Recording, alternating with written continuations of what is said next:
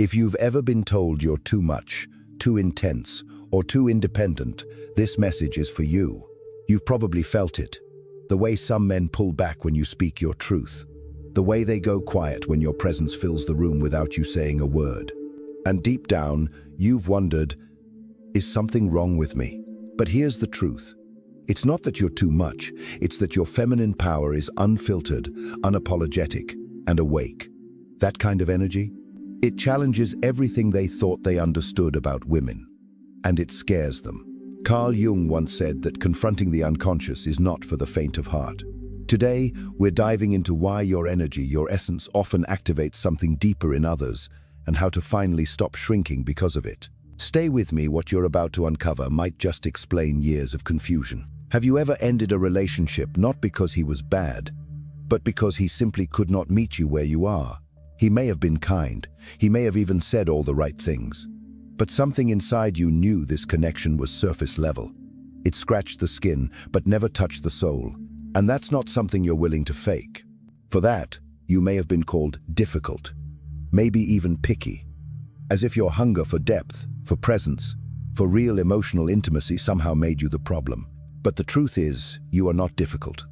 You are discerning, and that's not the same thing. What they called too much was actually your refusal to dim your light just to make someone else comfortable in the shadows. There's a moment in every woman's life, if she is truly honest with herself, when she stops trying to make it work with people who only bring pieces of themselves.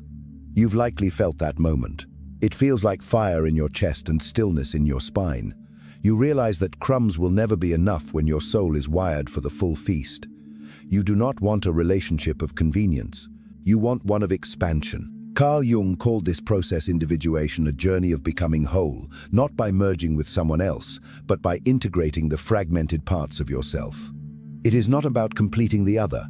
It is about arriving in your own truth so fully that you no longer crave permission to be who you are. When a woman is in the midst of individuation, she becomes magnetic, but not always in the way people expect. She stops chasing validation. She speaks more slowly, but with deeper conviction. She listens not just with her ears, but with her entire nervous system. And perhaps most importantly, she no longer pretends to be satisfied with small talk when her spirit craves soul talk. This is where many men stumble.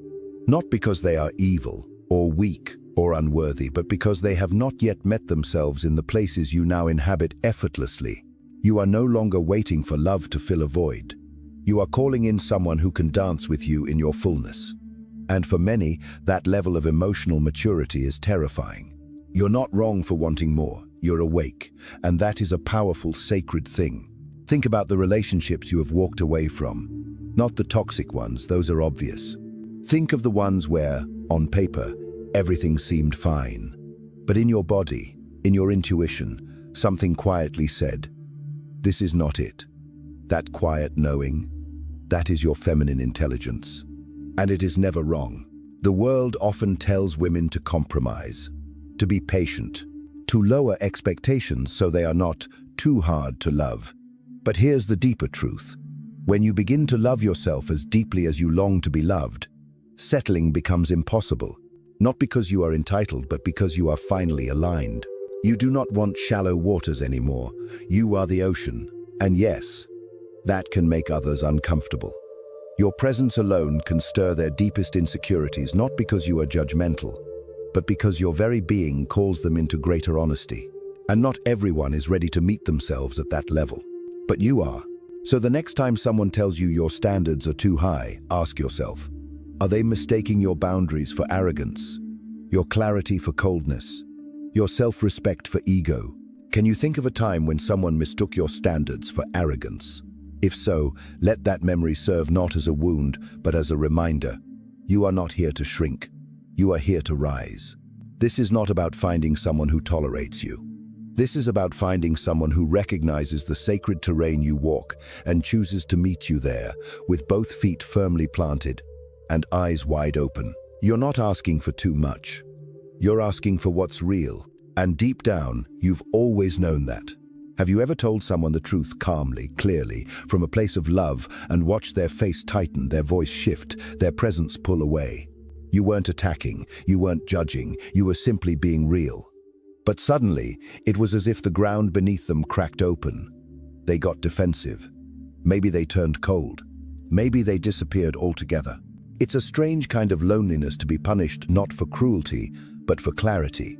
What you may not realize is that you've stepped into a rare kind of power, the power of reflection. Carl Jung called it the shadow, the unconscious parts of ourselves we suppress, deny, or ignore. The rage we hide under politeness. The shame we bury beneath performance. The grief we never gave words to. Most people spend their lives avoiding their shadow because it feels messy, uncomfortable, and unpredictable. But then, someone like you walks into the room. You don't even have to speak it. Just by being present, grounded in your truth, anchored in your awareness, you become a mirror. And not just any mirror. You are like a mirror made of fire, warm, illuminating, and completely unwilling to lie. That kind of presence is rare. And for those who are still running from themselves, it can feel like too much. They might say you're intense. They might call you intimidating. But what they really mean is that, in your presence, they can no longer pretend. You bring a kind of emotional X-ray, unspoken but undeniable, and not everyone is ready to be seen like that. This does not make you cruel. It makes you conscious. It is a form of emotional alchemy, one that often goes unrecognized, and yet is deeply sacred. You are not exposing others to hurt them. You are simply unwilling to dance with their denial. And that, in a world obsessed with comfort and illusion, is revolutionary. But here's the truth no one tells you. This gift comes with a cost. Because when you shine light, shadows scream. You may find yourself misunderstood, distanced, even demonized by those who are not ready to meet the parts of themselves your energy awakens. It can be isolating. You may wonder why relationships seem to fracture just when you start speaking your truth. Why people you love pull away when you stop agreeing to their masks. You are not imagining it. You're witnessing a reaction not to your flaws, but to your frequency.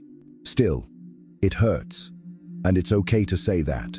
Being a mirror does not mean you do not feel the shattering. But even through the ache, trust this, you are not breaking things. You are revealing what was already broken, what was already out of alignment, what was already asking to be healed. So when someone walks away because you refuse to lie for them, let them go with love, but do not follow.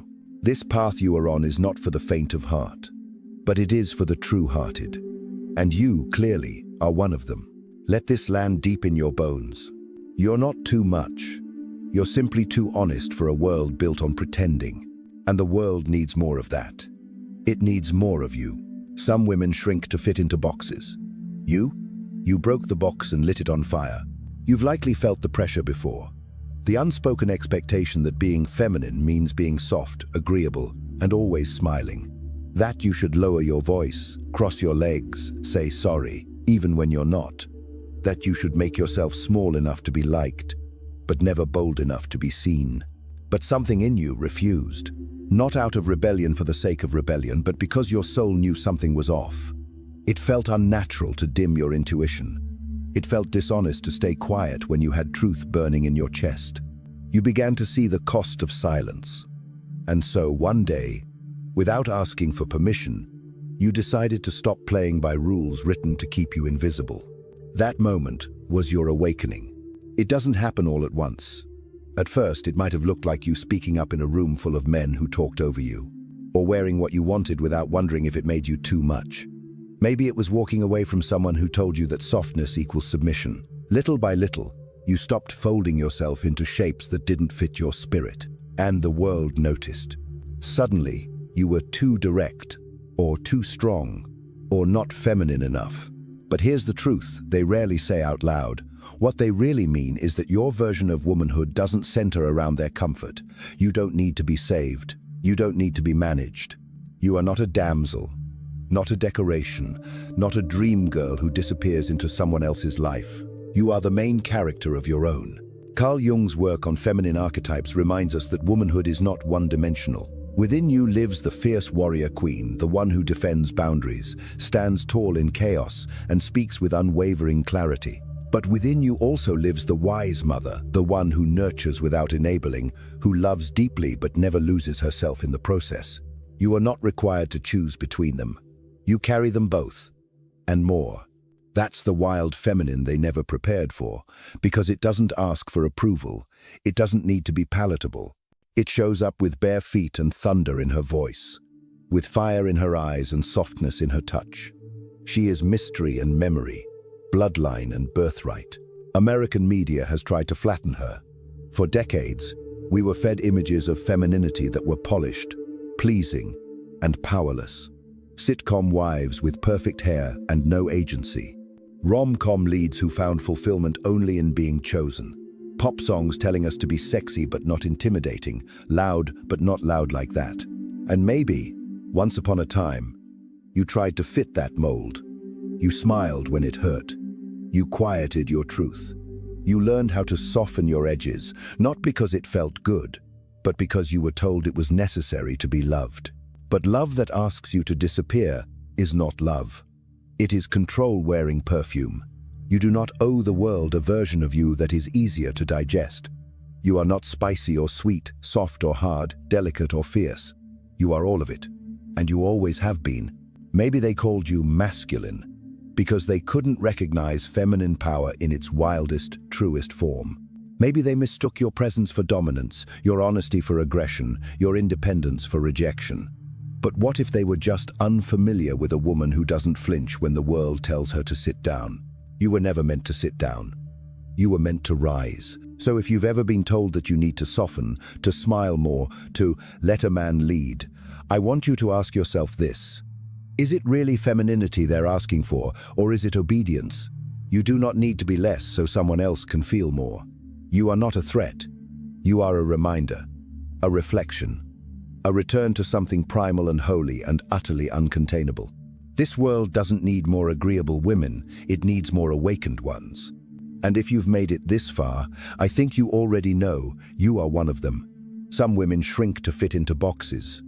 You broke the box and lit it on fire. And that fire, it wasn't rage, it was remembrance. A deep knowing that the version of womanhood handed to you wasn't made for you, it was made to contain you. Think back. How early were you told to be nice, to sit still, to smile more? Not because you were unhappy, but because your power unsettled the room. Because a loud girl, a wild girl, a strong girl, she stirred discomfort. So they taught you to package yourself in politeness, to trade your voice for approval, to prioritize being chosen over being whole. But something inside you refused to stay silent forever. It might have started with a whisper, a moment when you said no, when people-pleasing felt like betrayal, a time you felt your anger rise not to destroy but to protect. You began to understand that being a good girl often meant abandoning yourself, and you decided that would no longer be your path. That decision didn't just change your life, it changed your frequency. When you step out of the performance of femininity and into the embodiment of it, people don't always know what to do with you. You're not here to flatter. You're not here to fade into the background. You're here to take up space with grace, with intention, and without apology. Carl Jung's concept of feminine archetypes helps us understand the fullness of this power. You are not locked into one role. Within you exists the lover, sensual, alive, emotionally attuned. But right beside her lives the warrior, the one who says no without guilt, who walks away from chaos, who dares to be disliked. You carry the wise woman, intuitive, calm, connected to something ancient. And you carry the wild woman, untamed, creative, primal. You are not fragmented. You are multidimensional. And you were never meant to choose between strength and softness. That idea that a woman must be one thing or another is rooted in control, not truth. In American media, we've seen it again and again. Femininity defined by fragility. The damsel who needs rescuing. The sweetheart who never argues. The cool girl who drinks beer and never complains. It's a script designed to reward submission and punish authenticity. But you've stopped reading from that script. Your version of femininity doesn't whisper, "Pick me." It roars, "See me." Not as a role, not as a fantasy, but as a force. And that force?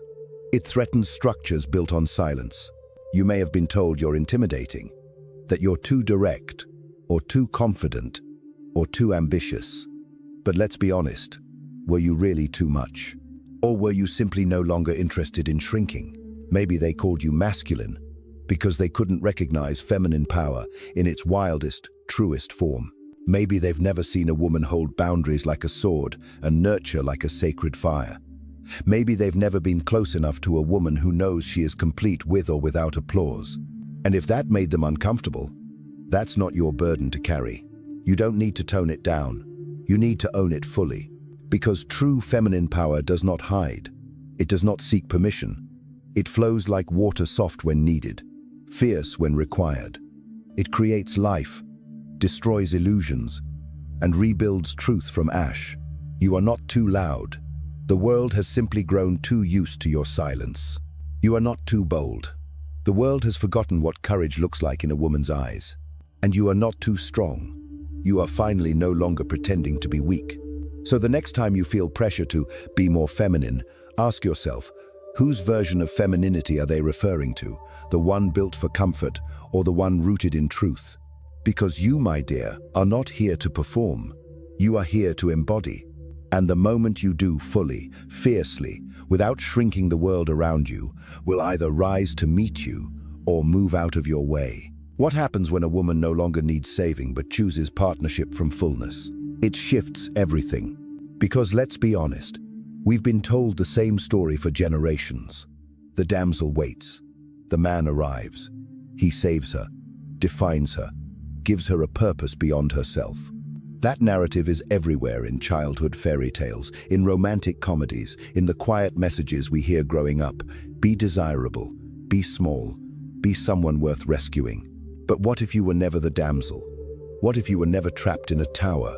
What if, all along, you were the queen building her own castle, brick by sacred brick, with a view so vast she could see clearly who deserved to stand beside her?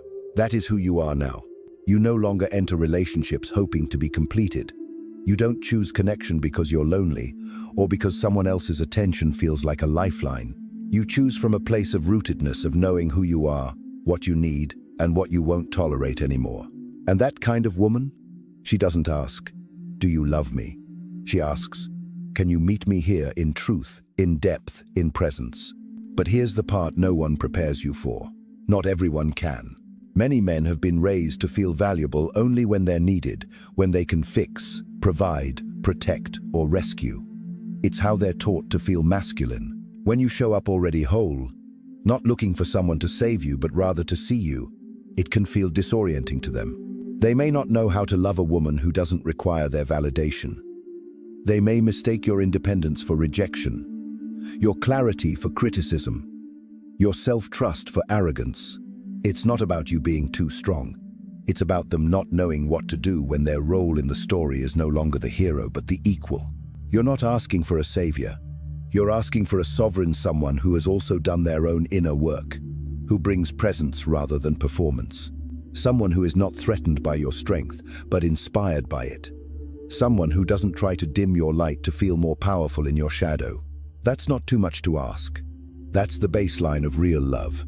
And if that means fewer people get you, so be it. Because what you've chosen is not scarcity. It's alignment. It's peace.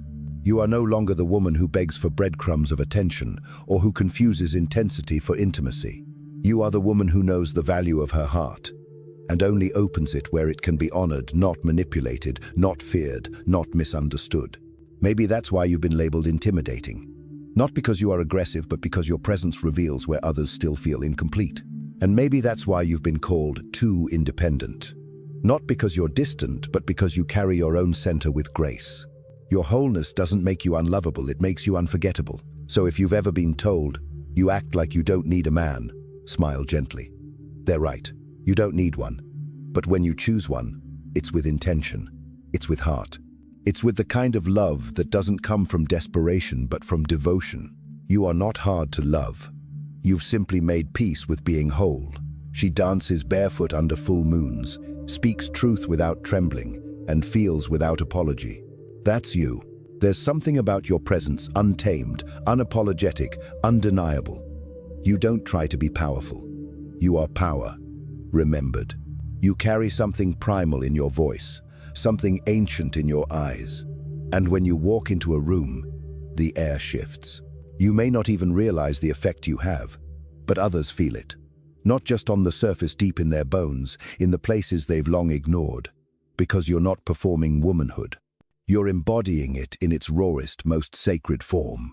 Carl Jung called it the anima, the feminine aspect of the male psyche, often repressed or distorted by culture and upbringing. When a man hasn't made peace with his own inner feminine, the softness, the intuition, the vulnerability, the emotional intelligence, your energy can awaken what he's been taught to deny. And that awakening can feel like an earthquake. You're not just beautiful, you're magnetic, but not in a way that flatters the ego, in a way that dissolves it. You don't seduce with scripts. You call the soul forward, and not every soul is ready to rise. To the man still living behind walls, you are a mirror he didn't ask for. A reminder of the wholeness he once had, but was taught to suppress. When he sees you, he doesn't just see you. He sees everything he's been avoiding within himself. The unloved places, the emotions he was told to mute, the truth he tried to bury beneath achievement, logic, and control. And that makes you dangerous not because you harm, but because you heal. You are like a storm, not one that destroys, but one that cleanses, that strips away the pretense and leaves only what is real. You crash into their world not with fury, but with frequency, with energy that says, I will not be tamed, I will not shrink, I will not dim. And that energy, it wakes things up, sometimes softly, sometimes violently, but always honestly. You are the feminine that remembers, that the sacred isn't quiet, that tears are not weakness, that sensuality is not sin. That wisdom doesn't whisper from books alone, it pulses in the body, in the earth, in the breath. You're not here to be pleasant, you're here to be present. And for some, that is too much. Not because you are wrong, but because their inner world is not ready to meet yours. They've built their identities on performance, on being needed, on staying in control. And here you come, eyes wide open, heart unguarded, energy alive, and suddenly, the ground beneath them no longer feels stable. They may flinch, they may retreat, they may project onto you the fear they can't name. But it is not your job to shrink in response. Your only task is to keep burning not with anger, but with truth. To keep moving, not to chase, but to stay rooted in your own rhythm. To keep feeling not for reaction, but for liberation. You are the feminine archetype returned to form the wild woman, the mystic, the lover, the mother, the queen, all woven into one. And yes, that will shake things. Because most of the world has been taught to fear what it cannot control. And you, beloved, are uncontrollable. So when someone says, you're too intense, ask yourself, is it intensity or is it depth they're afraid of? When someone says, you're intimidating, know this, you're not intimidating. You're awakening something ancient in them, and not all are ready. But the ones who are, they won't flinch. They'll breathe deeper around you, they'll rise to meet you. Not because you ask them to, but because your energy invites them to remember who they truly are. Let that be your standard. Let that be your knowing. Your feminine power is not here to be explained. It is here to be embodied, unapologetically, unashamedly, unleashed. You are not chaos. You are clarity. And the world feels different when you walk through it because you are different. And you always have been. You're not too intense. You're not too emotional. You're not too much. You're not broken. You're blooming. You've spent so long trying to fit into spaces that were never built for the woman you're becoming. But now you know you were never meant to fit. You were meant to expand. This is not about overpowering anyone. It's about no longer underpowering yourself. Every time you speak your truth, hold your ground, or refuse to settle, you are not being difficult. You are stepping into the truth of who you are. Your feminine power isn't a threat. It's a light, and it's time the world sees it. So if your soul is stirring right now, don't silence it. Share this with a woman who needs to hear it, the one still questioning her voice, her strength, her worth. And tell me, truly which sign spoke to your soul the loudest? Your story matters. Your power is real. And this is only the beginning.